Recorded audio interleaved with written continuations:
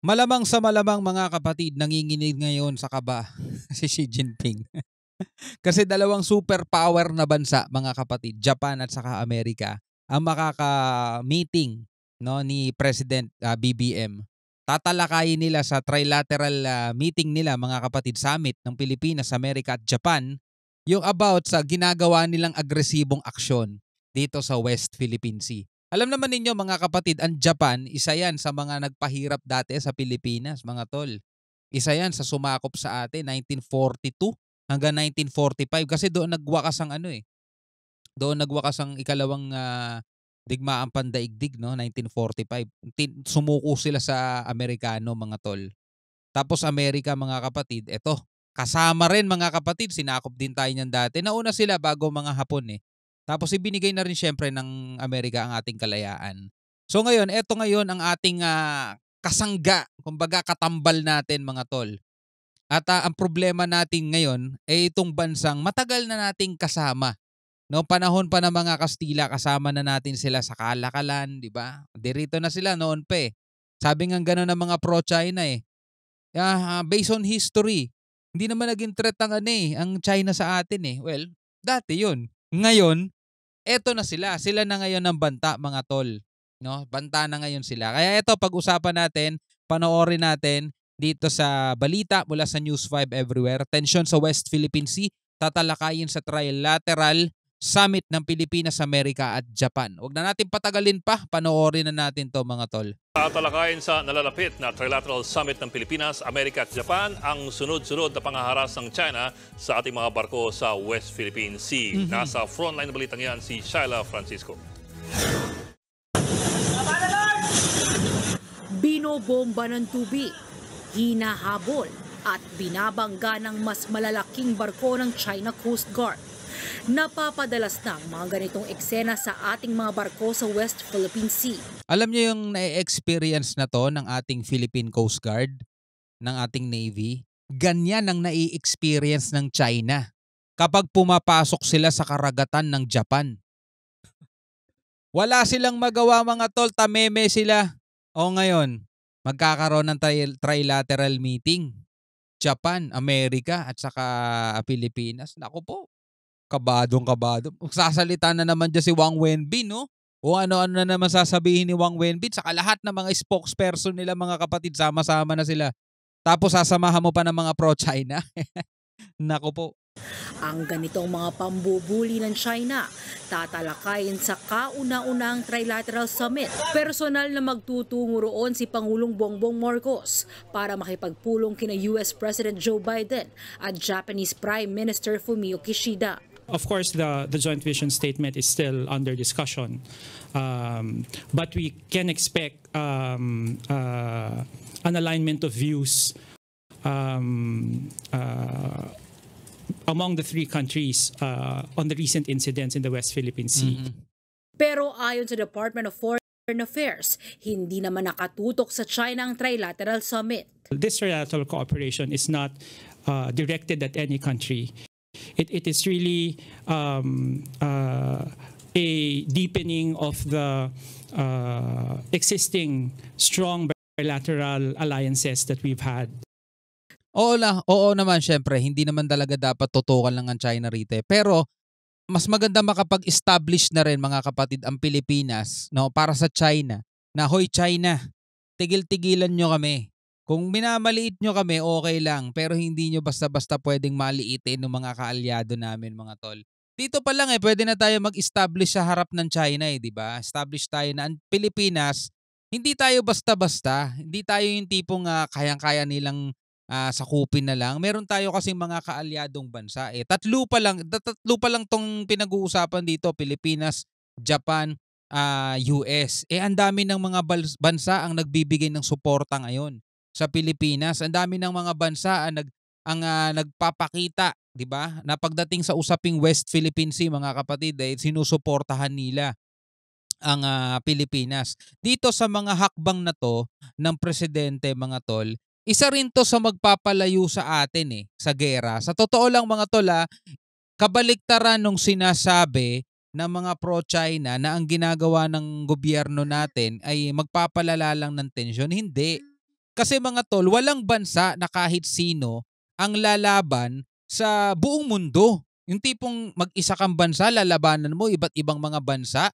'Di ba? Durog ka diyan. Kahit sabihin mong napakarami mong barko, napakarami mong sundalo. Pero pag nagtulong-tulong lahat ng mga bansa, tapos wala ka namang tamang katwiran o kaya wala naman sa katinuan yung katwiran mo kung bakit ka magsisimula ng gera. For example, mga kapatid, ang China gusto magsimula ng gera. Tapos ang katwiran nila, yung 9-dash line nila na wala namang basehan, hindi naman tinatanggap sa international law, hindi tinatanggap ng UNCLOS. Sa tingin mo ba, karapat-dapat na magsimula ka ng gera sa ganong katwiran mo? Uusigin ka talaga ng buong mundo, mga tol. Samot-saring economic sanction baka abutin ito, 'di ba? Yung mga negosyo ng mga bansa, ipo-pull out lahat nila 'yan, mga tol. Hindi na sila magi-invest sa kanila kasi ang gulo ng ang gulo ng China 'di ba? Hindi papayag yung China sa ganun, mga tol. Ang tagal-tagal nilang pinagsikapang iangat ang ekonomiya nila tapos biglang sisirain nila dahil sa pagiging ganid nila. Kaya yung sinasabi ng mga pro-China, maggegera China, malabo yun, mga tol.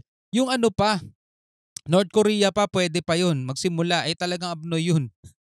Strategic alliances ang isa sa mga rason ng ganitong mga pulong dahil gustong palakasin ng Amerika ang relasyon nito sa mga bansa sa Asia sa gitna ng tumitinding tensyon sa Taiwan at South China Sea.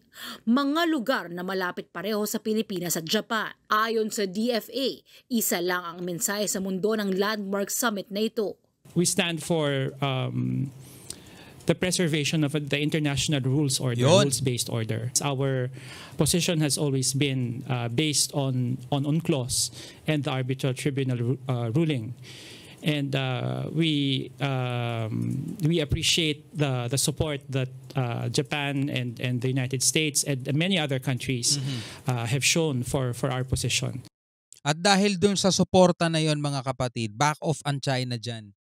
Hindi nila ipupush. Pwede nilang ipagpatuloy yung ginagawa nila, ha. Yung pamamalagi dyan sa West Philippine Sea, hindi naman sila basta-basta aatras dyan Pero yung planong gera, malabo yun, mga tol. Malabo yun. Hindi nila gagawin yun dahil nakikita nila yung mga bansang sumusuporta sa Pilipinas. Yun yung mga bansang makakalaban nila. Kakayanin ba nila yun? Diba? Kahit sabihin natin, ang lakas na namin, China, ang lakas na namin, diba? Ang dami kaming sundalo, ang dami naming mga barko. Pero pag nagsama-sama, Germany, Japan, US at Japan pa nga lang, okay na sasamahan mo pa ng India, Germany, Czech Republic. Ang dami pang ibang mga bansa, mga kapatid. South Korea, laki din ng utang na loob sa atin yan, mga tol. Diba? At nagpadala ang Pilipinas, mga kapatid, dati ng mga sundalo dyan. Yun nga yung tinutukoy nilang Battle of Yultong, diba? Bukod sa Trilateral Summit, may hiwalay na one-on-one meeting din si PBBM kasama si President Joe Biden. Makikipagpulong din ang Pangulo kay US Defense Secretary Lloyd Austin at sa mga kinatawan ng business sector sa Amerika. Para sa isang security analyst, malaking bagay ang Trilateral Summit sa alyansa at strategic partnership ng tatlong bansa. Yeah. These three countries are the most vocal Indo-Pacific countries against China. So I think the three leaders will try to have a coherent and harmonized strategy, and they will be sharing some of the insights based on their experiences against China. Diba yung China nga, lumapit lang yung mga barko nila sa Japan. Yung Japan naghanda agad ng mga kanyon, naghanda agad ng mga rocket nila. Ganon din ka-agresibo ang Japan, mga tol. Hindi katulad sa atin, binobomba na tayo ng water cannon, wala tayong palag, di ba? Kasi nga ayaw natin escalate yung katulad ng sinasabi ng mga pro-China. Pero tignan niyo yung Japan, mga tol. Di ba? Lumapit lang ng konti yung barko ng China, nagtayo na agad sila ng mga missile rocket nila.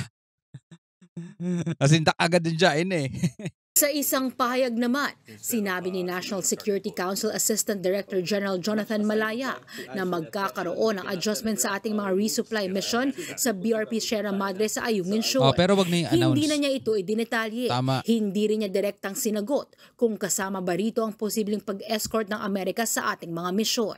I cannot comment on that at the moment for the national security purposes, but I think the trajectory of government at present is to keep this a Philippine mission manned by Philippine personnel and conducted by Philippine vessels.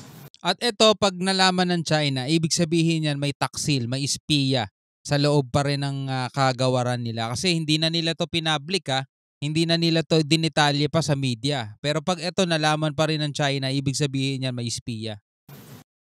Kinumpirma naman ni Malaya na target ng malagdaan ang Reciprocal Access Agreement ng Pilipinas at Japan ngayong taon. Pinaplansya na raw ang mga legal na aspeto kaugnay rito.